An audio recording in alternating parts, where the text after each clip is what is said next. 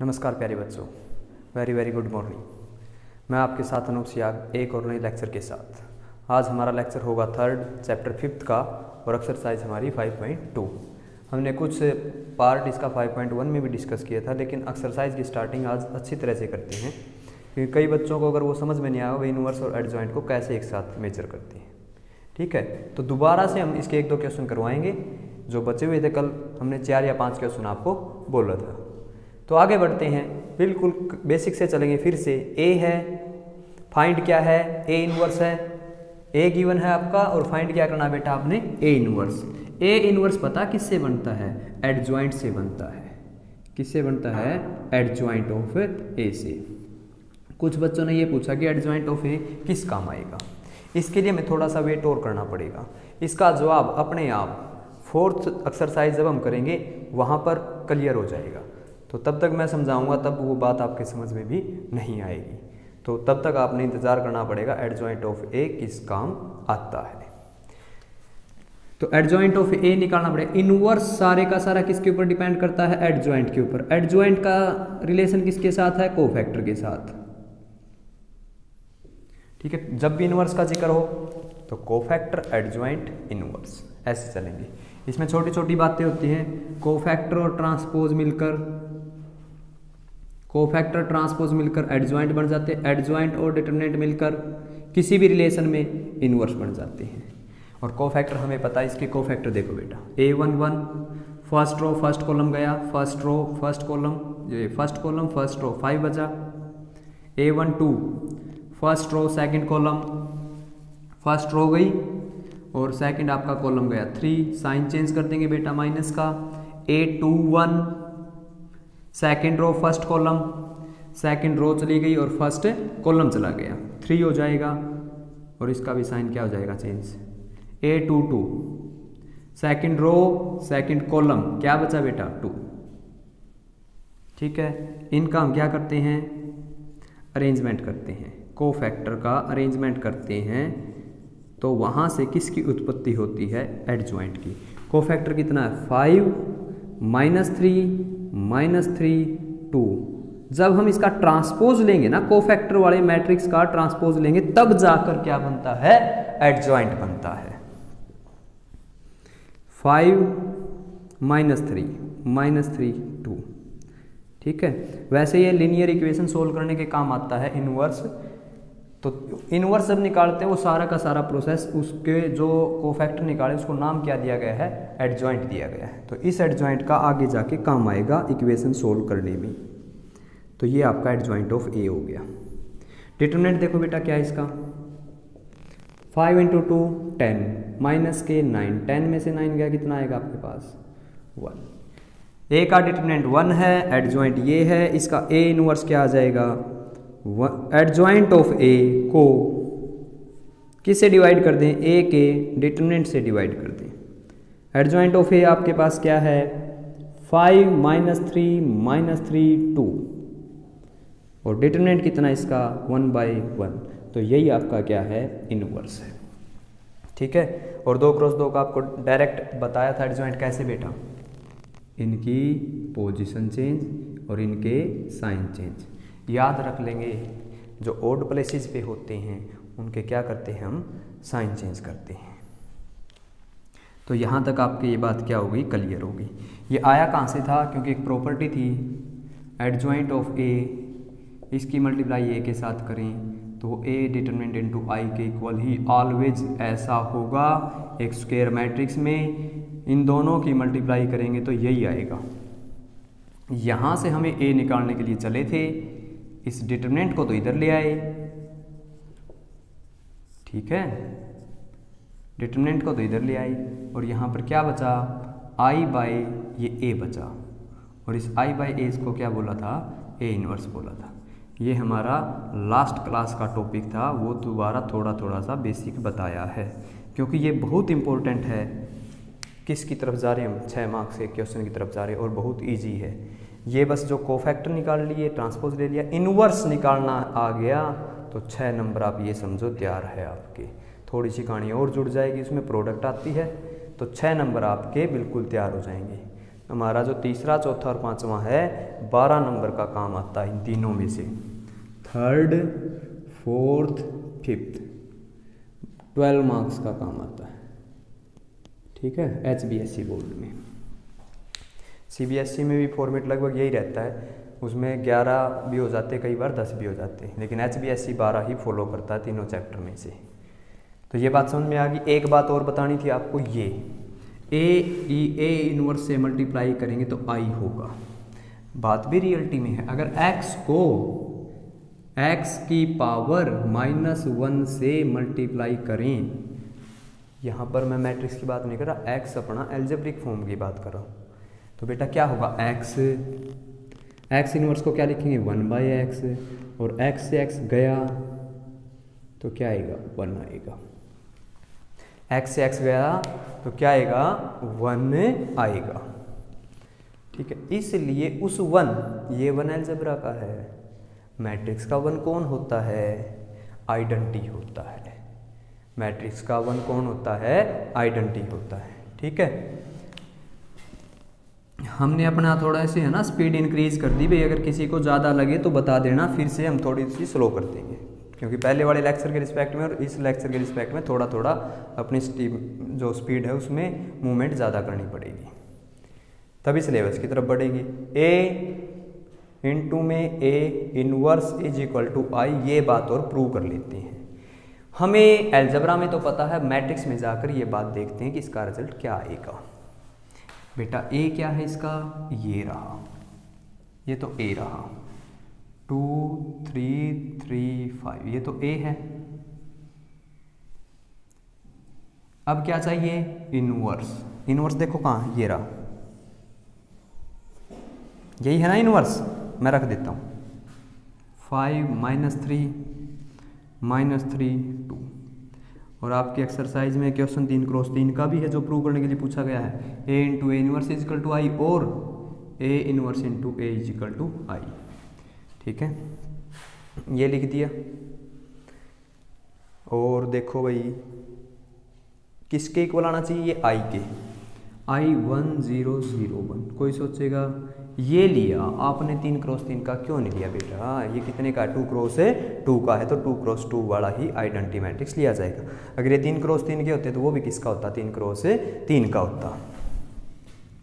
देखो भी first row first column वही है, मल्टीप्लाई आ गई तो मल्टीप्लाई का रूल 10, 3 × 3 -9,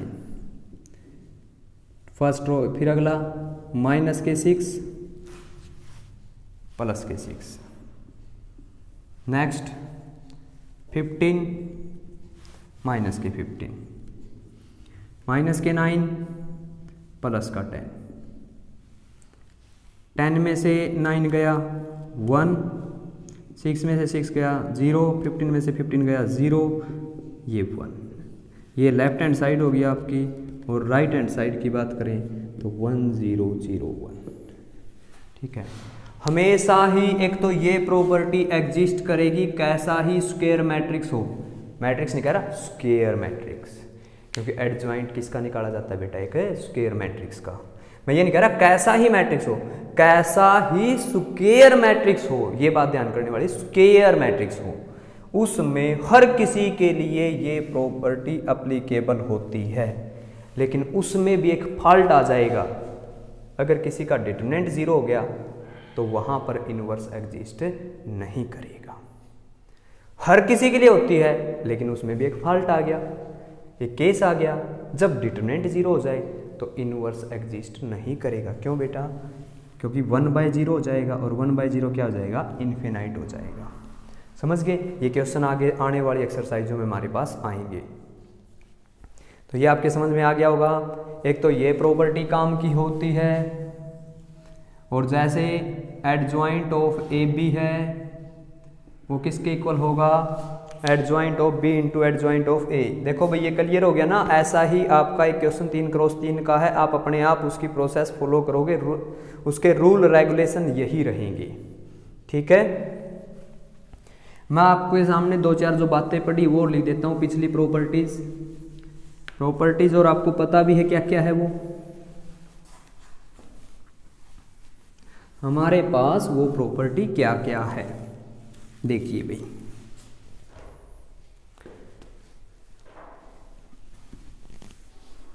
एक प्रॉपर्टी तो है आपके पास A इंटू में A inverse is equal to I होता है, या A इंटू में A इनवर्स इंटू में A। एक था ए बी का ट्रांसपोज इक्वल होगा बेटा B का ट्रांसपोज इंटू A का ट्रांसपोज।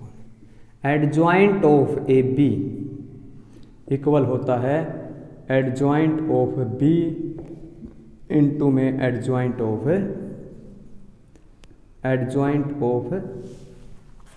B इंटू में एडजॉइंट ऑफ A।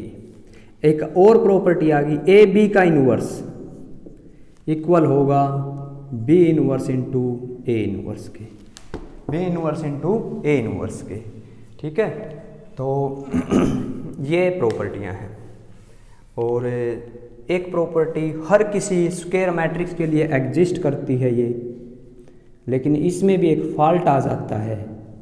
इसमें भी क्या होता है, एक फॉल्ट आ जाता है। वो फॉल्ट क्या है, जब किसी का डिटरमिनेंट 0 हो जाए तो A इनवर्स क्या नहीं करता, डज नॉट एग्जिस्ट। ठीक है बेटा, डज नॉट एग्जिस्ट। ये क्लियर है। तो आगे हम क्वेश्चन की तरफ बढ़े। एक ये प्रॉपर्टी वो लिख दी, प्रॉपर्टी आपके पास रहेगी, क्वेश्चन की तरफ बढ़े। हमारे पास एक क्वेश्चन और आ गया। आपके पास एक ए दे रखा है, ए मैट्रिक्स है 1 -1 1 2 -1 0 1 0 0। ये आपका ए हो गया। क्या हो गया आपका, ये ए हो गया। ठीक है, आज का थोड़ा लेक्चर लेंथी हो सकता है क्योंकि क्वेश्चन सोल्व करेंगे 3x3 के क्वेश्चन है। अगर हम बार बार बताएं कि कोफैक्टर और आपको आने लगे, प्रूव करना है आपने A inverse is equal to A square. Question वाले ने जो बोला वही निकाल लो। इसने बोला ए इनवर्स और क्या बोला, ए स्क्वायर। तो आप बच्चों ने ए इनवर्स भी निकालना पड़ेगा और क्या निकालना पड़ेगा, ए स्क्वायर भी निकालना पड़ेगा। 1 -1 1 2 -1 0 1 0 0। ये एटा ए हो गया इंटू में ए। मैं ये राइट हैंड साइड यहाँ पे रख ली। ठीक है, ए क्या है आपके पास, ए इंटू ए सेम ही रहेगा 1 -1 1 2 -1 0 1 0 0। ये आपका ए, ये आपका ए स्क्वायर। और यहाँ पर क्या चाहिए, ए इनवर्स चाहिए। ए इनवर्स ऐसा तो है नहीं कि रख दे डायरेक्ट, इसके लिए मेहनत ज़्यादा है। क्या करना आपने, कोफैक्टर निकालनी है। तो पहले मैं बच्चों क्या करूँगा, कोफैक्टर निकालूंगा। A11 A12 A13 A21 A22 A23 A31 A32 A33। ठीक है, इतने क्वेश्चन आएंगे, ये इतने क्वेश्चन आएंगे। कोफैक्टर आपको बिल्कुल आसान हो जाएंगे बार बार प्रैक्टिस करोगे तो। अगर क्लास की बात होती तो मैं बस ये कहता इनकी मल्टीप्लाई कर लेना, ए इनवर्स इधर रख देना। लेकिन उसमें कई कमज़ोर बच्चे होते ये कहते थे कि दोबारा बता दो। जिनको या कमज़ोर की बात ऐसा भाई समझने में थोड़ी कई बार वो बातें करने लग जाते थे, तो उस बात के लिए हमें ये सब कुछ सोल्व करवाना पड़ता, आंसर तक पहुंचना पड़ता है। तो इसलिए क्वेश्चन लेंथी, अपना जो लेक्चर है वो लेंथी हो जाएगा। तो आपने बना रहना पड़ेगा भाई। A11 कोफैक्टर निकाल लूँ, फर्स्ट रो गई, फर्स्ट कॉलम डायरेक्ट सोल्व कर दूंगा। -1 × 0 0 0 × 0, ये 0 ही हो गया। 1 2 सेकेंड रो, फर्स्ट ये first row second column 2 × 0 0 1 × 0 0। A13 first row third column, ये फर्स्ट रो थर्ड कॉलम 0। ठीक है, और इसकी इससे मल्टीप्लाई करेंगे, माइनस तो आएगा और माइनस का 1 है, माइनस माइनस क्या हो जाएगा, प्लस का 1। ठीक है, ये आपके पास फर्स्ट रो के बेटा क्या आ गई, कोफैक्टर आ गई। ठीक है, फास्ट इसलिए बोलना पड़ रहा है क्योंकि पहले आप बच्चे कोफैक्टर कर चुके हो, हमने बिल्कुल बेसिक से समझाया। जो बच्चे लगातार जुड़े हुए हैं, जिनके पास ये पहला लेक्चर है, तो उसके लिए उनको इसका एक्सरसाइज का फर्स्ट लेक्चर से शुरुआत करनी पड़ेगी। ठीक है, प्लेलिस्ट में अलग अलग आपको हर कोई जो लेक्चर हमारा इसके लिए यूट्यूब चैनल पे जो डाला है अलग से उसका लिखा हुआ, ये फर्स्ट है, ये सेकंड और ये थर्ड है, तो प्ले लिस्ट में जाना पड़ेगा आपको। A21 second row first column, ये आपकी कौन सी रो होगी, सेकंड, ये फर्स्ट कॉलम, -1 × 0 0 और 0 × 1 0, ये भी रिजल्ट बेटा 0 आ गया। A22 देखो सेकंड रो सेकंड कॉलम गया, सेकंड रो सेकंड कॉलम गया, 1 × 0 0 और 1 × 1 माइनस का करेंगे, 1 × 0 तो 0 हो गया और माइनस ही करते 1 की मल्टीप्लाई 1 के साथ, ठीक है। A23 देखो क्या आएगा, A23 क्या आएगा, इसका साइन चेंज करने की जरूरत नहीं, 0 है, इसका साइन चेंज करने की जरूरत नहीं, क्या है 0। A23 second row third column, ये तो सेकंड रो गई और ये थर्ड कॉलम, 1 × 0 0, ठीक है, और 1 × 1 करें तो माइनस का ही प्रोडक्ट आएगी। Second row third column 1 × 0 0 minus तो क्वेश्चन वर्ड आ गया, इन दोनों की मल्टीप्लाई भी क्या आ गई -1 और माइनस माइनस क्या हो गया बेटा, प्लस का 1 हो गया, माइनस माइनस क्या हो गया, प्लस का आपका 1 हो गया। और 2 3 की वजह से इसका साइन क्या हो जाएगा, चेंज हो जाएगा, ठीक है। 2 3 की वजह से क्या हो जाएगा, इसका साइन चेंज हो जाएगा। हमारे पास क्या क्या आ चुका है, ये आ गया भाई, जो वैल्यू आई है क्लोज कर देता हूँ मैं, ठीक है। खुले खुले इसलिए नहीं लिख सकते, अगर क्वेश्चन को बार बार इरेज करते रहेंगे तो पिछला आपको पता ही नहीं चलेगा क्या चल रहा था, इसलिए लिखना पड़ रहा है ये भी।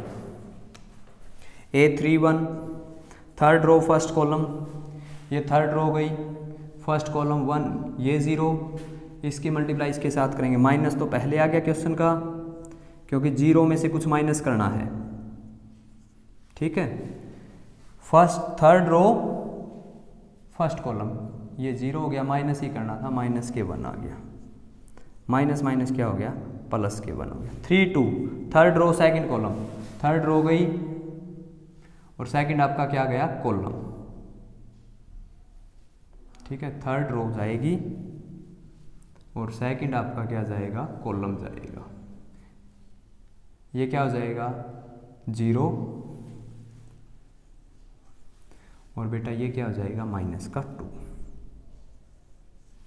थर्ड रो गई, सेकंड कॉलम गया, इसकी मल्टीप्लाई इसके साथ 0 और इसकी मल्टीप्लाई इसके साथ करेंगे तो -1, ठीक है। 3 3 थर्ड रो थर्ड कॉलम, तीसरी रो चली जाए और तीसरा ही क्या हो, कॉलम चला जाए, तब क्या होगा, इसकी मल्टीप्लाई इसके साथ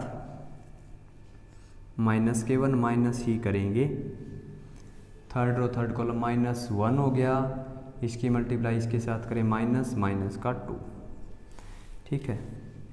तो ये प्लस का 2 हो जाएगा, -1 + 2 1 हो जाएगा। A32 देखो भाई, दोबारा बता देता हूँ, थर्ड रो सेकंड कॉलम, ये 0, ये -2 आया है, इसका साइन मैं चेंज कर देता हूँ +2, ठीक है। मैं इनकी प्रोडक्ट भी करूँगा A इनवर्स निकालने के लिए। आगे देखो A इनवर्स क्या आएगा, एडजॉइंट निकालना पड़ेगा पहले, ठीक है। एडजॉइंट देखो क्या होगा, तो एडजॉइंट क्या बनेगा आपके पास, फर्स्ट रो के कोफैक्टर लिखो 0 0 1, सेकंड रो के 0 -1 -1 1 2 1, ठीक है। और इसका क्या ले लेंगे बेटा, ट्रांसपोज। एक गलती है, आप समझ गए हो तो ठीक है, नहीं मैं बता देता हूँ, ये डिटरमिनेंट यहाँ पर गलत है, क्या आएगा साथ में, मैट्रिक्स ही चलता है, ठीक है। एडजॉइंट बना, डिटरमिनेंट निकालें, फर्स्ट रो के एलिमेंट क्या क्या थे, देखो इसकी मल्टीप्लाई इसके साथ देखो, 1 × 0 0, चेक कर लेते ना, -1 × 0 0 और 1 × 1। अगर कोई भी कोफैक्टर गलत हो गया होगा तो अभी पता चल जाएगा कौन सा गलत है। 2 × 0 0, -1 × -1 करेंगे तो क्या हो जाएगा, प्लस का 1, -1 × 0 करेंगे तो 0, ये भी 1 आया, ये भी 1 आया। थर्ड देखो 1 0 0, सबका रिजल्ट क्या है सेम। हमने जांच कर ली, जितने कोफैक्टर है हमारे सारे क्या है सही है। ये जांच करना मत भूलना भाई, अगर ये जांच गलत होगी तो आपका कोई कोफैक्टर गलत हो गया होगा तो आपका इन्वर्स का रिजल्ट सही नहीं आएगा। एक एलिमेंट गलत तो सारा क्वेश्चन गलत। आसान है लेकिन सावधानी बहुत ज़्यादा है, छोटी सी भी गलती होगी ना माइनस प्लस की, वहीं से एलिमेंट गलत आना स्टार्ट हो जाएगा। तो एडजॉइंट है, मैं इसको इन्वर्स में कन्वर्ट कर लेता हूँ बेटा, इसको डिटरमिनेंट से डिवाइड कर दूंगा। डिटरमिनेंट कितना है इसका 1 आया है, तो रिजल्ट आपका सेम ही चलेगा 0 0 1 0 -1 -1 1 2 1, ये आपका क्या है ए इनवर्स है। ठीक है, इसमें चलें, प्रूव ये करना था ए इनवर्स किसके इक्वल है ए स्क्वायर के। मल्टीप्लाई करो, देखो फर्स्ट रो फर्स्ट कॉलम के साथ 1 आ गया, -2 आ गया, और क्या आ गया आपके पास 1 आ गया। ठीक है ना, देखो मल्टीप्लाई 1 -2 1, अगला -1 minus minus +1 1 × 0 0, first row third column 1 0 0। Clear हो रहा ना कैसे, एक इस उंगली से तो मतलब रो का पहला और इस उंगली से कॉलम का पहला चल रहा है। अगला खत्म, फिर सेकंड रो देखो 2 -2 0 2 -2 0, फिर सेकंड रो सेकंड कॉलम -2 +1 0, -2 इनकी मल्टीप्लाई -2 आ गई, माइनस माइनस क्या हो गया प्लस का 1 हो गया, ये 0 हो गया। फिर थर्ड के साथ 2 0 0 2 आ गया। फिर थर्ड रो फर्स्ट कॉलम 1 0 0 1 आ गया, -1 0 0 -1 0 0। देखो भाई ये आ गया था हमारे पास, थर्ड रो है और ये कॉलम था, ये 1 हो गया 0 हो गया 0 हो गया। आगे देखो -1 0 0, और आगे आपके पास क्या है देखो भाई 1 × 1 1 0 0। ठीक है, तो आपके पास ये रिजल्ट आ गया भाई। तो इसका आंसर देखो, कोई गलती होगी तो अभी पता चल जाएगी आपकी। ये क्या बचा 0, ये क्या बचा 0, ये क्या बचा 1, ये क्या बचा 0, ये क्या बचा -1, ये क्या बचा 2, ये क्या बचा 1 -1 0, ये आपकी राइट हैंड साइड। ठीक है, मैं लेफ्ट हैंड साइड को उठा लेता हूँ। ठीक है, ये थी अपनी। अच्छा, इसमें एक बात ध्यान नहीं रखी भाई, ये ट्रांसपोज तो नहीं किया हमने इसका।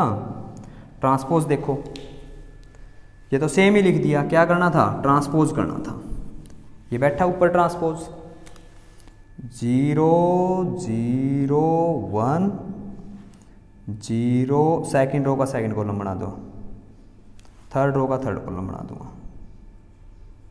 देखो बाहर डिवाइड में डिटरमिनेंट कितना बेटा इसका 1 है। तस्वीर दोनों सेम है क्या, 0 मिल गया 0 मिल गया 1 मिल गया, 0 -1 2 1 -1 0। ये क्या होना चाहिए था यहाँ पर, इसका कोफैक्टर है जो 1 आया हुआ, वहाँ पे देखो कोई गलती तो नहीं होगी। तो अपने पास ये क्या आएगा, कहाँ से आया ये, इससे 1 × 1 1, 0 × 0 0 × 0। 1 बोल तो दिया था लेकिन वो 1 हम लिख नहीं पाए, समझ गए ना। ये जो एलिमेंट था 1 बोल दिया लेकिन 0 लिख दिया। तो आपका लेफ्ट हैंड का रिजल्ट और राइट हैंड का रिजल्ट क्या है, सेम। प्रूव कर दिया हमने A इनवर्स = A²। बात ये है क्वेश्चन वाले ने जो बोला है आपने उसके अकॉर्डिंग ही चलना पड़ेगा। समझ में आया होगा, स्क्वायर था स्क्वायर बना दिया, इनवर्स था इनवर्स बना दिया।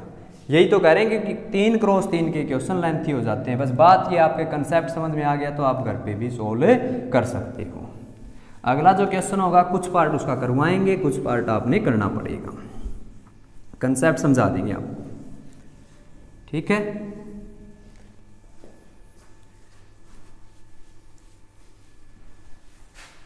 आगे देखो भाई, नेक्स्ट क्वेश्चन है, उसमें क्या पूछा गया है आपका। एक क्वेश्चन में दिया गया है A B B A is equal to I है, फाइंड बी। ठीक है, क्वेश्चन का सॉल्यूशन तक लेके छोड़ देंगे, इनवर्स अगर जो निकालना होगा आपने करना। एक्सरसाइज का question A B is equal to B A is equal to identity है, तो आपने कौन सा मैट्रिक्स फाइंड करना है बेटा, इसका बी मैट्रिक्स फाइंड करना है। आपका ए है 302 159 647, ये बेटा आपका ए है। फाइंड आपने क्या करना है, इसका बी करना है। गिवन है ए बी किसके इक्वल है, बी ए के, और वो किसके इक्वल है, आई के। तो देखो ए बी और बी ए दोनों इक्वल हो गए, और वो किसके इक्वल है, आई के। एक प्रॉपर्टी नहीं लिखी, कोई आइडेंटिटी के दोनों की प्रोडक्ट आइडेंटिटी के इक्वल कब हो सकती है, जब दोनों में से एक दूसरे के वो क्या हो, इनवर्स। हमें नहीं पता ए बी का इनवर्स है या बी का इनवर्स, हमें ये नहीं पता ए का इनवर्स बी है या बी का इनवर्स ए है। तो देखो किन्हीं दो की मल्टीप्लाई आइडेंटिटी आ जाती है उन दोनों मैट्रिक्स में से, पक्का है अगर उनमें से एक ए का काम करेगा तो दूसरा मैट्रिक्स बेटा किसका काम करेगा, बी का। आपसे क्वेश्चन में ये देकर और फाइंड बी पूछा है, बी क्या होगा, ए दे दिया, अब बी कैसे निकालेंगे। ठीक है, क्वेश्चन को कंप्लीट सोल्व नहीं कराएंगे, कंसेप्ट समझाएंगे बस। A B is equal to क्या है, आई लिख दिया, क्योंकि दोनों की मल्टीप्लाई आपने तो करके दिखानी पड़ेगी। ए बी और बी इज इक्वल टू क्या है, आई। लेकिन कौन से भी दो टर्म दे रखी हो, ए बी आई दे रखा हो तो भी सोल्व हो जाएगा, और ये इसके इक्वल दे रखा हो तो भी सोल्व हो जाएगा। इन दोनों में से एक बात भी लिखी हो सकती है, मैंने दोनों लिख दी कि ए बी आई के इक्वल हो या बी ए आई के इक्वल हो, तो कोई भी टर्म हम फाइंड कर सकते हैं। देखो ए बी आई के इक्वल बेटा क्या फाइंड करना है, बी। जिसको फाइंड करना इधर ही रख लें, ये ए उधर चला जाएगा, लेकिन मैट्रिक्स तो ये कहता है डिवाइड नाम की कोई चीज़ है ही नहीं, वो तो हर किसी को क्या कहता है, मल्टीप्लाई में। तो क्या करें आगे, आई बाय जो ए है क्या करें, इस आई बाय ए को, इस 1 बाय ए को हम क्या लिखेंगे बेटा, ए इनवर्स, और आइडेंटिटी के साथ किसी की भी मल्टीप्लाई करें तो वो क्या बन जाता है, ए इनवर्स। इस रिलेशन ने ये बताया बी किसके इक्वल है, ए इनवर्स के इक्वल है। बेटा बी किसके इक्वल है, ए इनवर्स के। तो बताओ बी को कैसे फाइंड करेंगे, अगर हमें ए इनवर्स निकालना आ गया तो हम क्या फाइंड कर सकते हैं, बी इनवर्स निकालने के लिए किस किस सामग्री की जरूरत होती है, क्या क्या सामग्री चाहिए, कोफैक्टर चाहिए, ट्रांसपोज चाहिए, ठीक है, फिर एडजॉइंट बनेगा, और एडजॉइंट को निकालने के लिए उसमें साथ में क्या होना चाहिए, डिटरमिनेंट। ये सारी सामग्री मिलाकर क्या बन जाता है बेटा, आपका इनवर्स बन जाता है, और ये ए इनवर्स किसके इक्वल है बेटा, बी के इक्वल है। ठीक है, ये बात आपके क्लियर होगी, क्योंकि इनवर्स ही निकालना बहुत सारे क्वेश्चन हम इनवर्स के कर चुके हैं। ये बात समझानी थी आपको, ये बात आपके समझ में आ गई होगी, क्योंकि 3 क्रॉस 3 का एक ही क्वेश्चन ज़रूरी था, क्योंकि दोबारा से हर लेक्चर में कोफैक्टर चलते रहे तो आपको कोफैक्टर निकालने आ जाएंगे, एडजॉइंट आ जाएंगे और इनवर्स आ जाएंगे। अगर किसी बच्चे की कोई प्रॉब्लम रहती है क्वेश्चन में, व्हाट्सएप आप कर देना, ठीक है। कई बार लेट सवेर हो जाती है भाई प्रॉब्लम देखने में, या कई बार ऐसा टाइम होता है कि ना कर पाए, लेकिन आपका सॉल्यूशन ज़रूर भेजते हैं। अच्छा, एक क्वेश्चन और है आपके पास, ए बी का इनवर्स, मैंने प्रॉपर्टी तो बताई बस आपको, ए बी का इनवर्स किसके इक्वल है, B inverse into A inverse, ये प्रूव करना है आपको। ए एक 2 क्रॉस 2 का मैट्रिक्स दिया होगा बुक में, और बी भी एक 2 क्रॉस 2 का मैट्रिक्स दिया होगा, ठीक है। ए बी का इनवर्स प्रूव करना बी इनवर्स इंटू ए। आपको ए भी दिया है और बी भी दिया, कैसे प्रूव करेंगे बेटा? पहले इसने क्या बोला? ए बी बोला। पहले क्या बनाना पड़ेगा हमें? ए और बी बनाना पड़ेगा। हमें क्या बनाना पड़ेगा? ए और बी बनाना पड़ेगा। कैसे बनेगा? जो मैट्रिक्स हमें दिए गए हैं हम उनकी क्या कर लेंगे? मल्टीप्लाई कर लेंगे। जैसे 1 3 1 -4 बी है आपके पास, 1 -2 -1 3 आपके पास ए बी है और बी भी है। ये प्रूव करने के लिए कैसे प्रूव करेंगे? क्या चाहिए पहले? ए बी, फिर क्या निकालना उसका? इनवर्स। पहले ए और बी की क्या करेंगे बेटा? मल्टीप्लाई करेंगे, ए बी बन जाएगा। फिर उसके ऊपर क्या बैठा है? इनवर्स। क्या बैठा है? इनवर्स। तो हम क्या करेंगे उसका? जो प्रोडक्ट करने के बाद मैट्रिक्स आया है, जो प्रोडक्ट करने के बाद क्या है आपका मैट्रिक्स आया है, उसका इनवर्स निकालेंगे। ठीक है। बी में क्या होगा? हमारे पास ए और बी की मल्टीप्लाई कर ली, एक क्या चाहिए? बी का इनवर्स। पहले हम इसका भी इनवर्स निकाल लेंगे और इसका भी इनवर्स निकाल लेंगे। दोनों इनवर्स इकट्ठे हो गए, बी बी और ए बी। जैसा क्वेश्चन वाले ने बोला है वैसे ही चलना पड़ेगा। पहले बी इनवर्स और बाद में क्या लिखना पड़ेगा बेटा? A inverse. उन सब की वैल्यू पुट कर देना और इनकी क्या कर देना? मल्टीप्लाई कर देना। इस क्वेश्चन में बस यही है, इनवर्स आपको निकालना आना चाहिए। हर किसी क्वेश्चन का इनवर्स की कहानी क्या है? सेम बात क्या है? उनके एलिमेंट बदलते रहते हैं। ठीक है। एक बच्चे की प्रॉब्लम थी, ये शायद प्रोडक्ट में था, सी डी माइनस के ए बी, कुछ इस तरह का था। सी डी किसके इक्वल है बेटा? ए बी के इक्वल है। प्रोडक्ट का क्वेश्चन था कि मैं बता रहा हूँ, साथ डिस्कस कर रहा हूँ। ए बी की मल्टीप्लाई कर दी, बहुत अच्छा किया। सी दे रखा था, मतलब उसमें डी फाइंड करना था। डी फाइंड करना था। क्या फाइंड करना था बेटा? डी फाइंड करना था। क्योंकि मेरे पास प्रॉब्लम आएगी तो मैं डिस्कस करता रहता हूँ भाई, क्या पता किसी और बच्चे को भी ये प्रॉब्लम आ जाए। सी डी था, multiply is equal to A B हो गया था। ए बी पता था, बी भी पता था, सी, लेकिन डी नहीं पता था। डी लेट करना था, उसने A B C D small late कर लिया, लेकिन उसने गलती से क्या किया बेटा? ए बी सी डी यहाँ रख दिया और सी वाला यहाँ रख दिया और उसका आंसर क्या हो गया? गलत हो गया। उसका आंसर क्या हो गया? गलत होना ही था भाई, क्योंकि मैट्रिक्स में ज़रूरी नहीं है ए बी की मल्टीप्लाई किसके इक्वल हो? बी ए के। हो भी सकता है, लेकिन वो ऐसा तभी होगा, ए बी और बी ए की मल्टीप्लाई एक दूसरे के इक्वल ऐसा होगा जब वो दोनों एक दूसरे के क्या होते हैं बेटा? इनवर्स। ए तो बी का इनवर्स हो सकता है और बी किसका इनवर्स हो सकता है बेटा? ए का। क्योंकि नाम देना है, किसी को ए नाम दे दिया और किसी को क्या दे दिया? बी दे दिया। तो इसलिए मैं कह रहा हूं जैसा क्वेश्चन वाला बोले वैसे ही रूल फॉलो करने हैं। बी लिख दिया तो पहले बी फिर ए, क्योंकि मैट्रिक्स में प्रोडक्ट का रूल सेम नहीं है। ए बी सेम हो भी सकती है बी ए के, क्योंकि जिस तरह डॉट में तो ए डॉट बी वेक्टर में पढ़ा होगा आपने, ए डॉट बी किसके इक्वल होती है? बी डॉट ए के। +1 में फिजिक्स में और क्रॉस में A cross B not equal to B cross A, क्योंकि इसमें किसका फर्क हो जाता है? एक डायरेक्शन का। ठीक है। तो उसी तरह आपके पास मैट्रिक्स में ज़रूरी नहीं है कि ए बी किसके इक्वल हो? बी ए के। हो सकता है कब? जब उन दोनों की प्रोडक्ट क्या है? आइडेंटिटी। और जब आइडेंटिटी आती है तो उसमें से ए बी का इन्वर्स हो सकता है और बी किसका इन्वर्स हो सकता है बेटा? ए का। आगे कहानी समझ में आपको? एक क्वेश्चन और बताता हूँ मैं, आपके शायद 10 या 11 क्वेश्चन हो जाएंगे एलिमेंट की बुक से। आप क्वेश्चन करते रहिए भाई। ठीक है।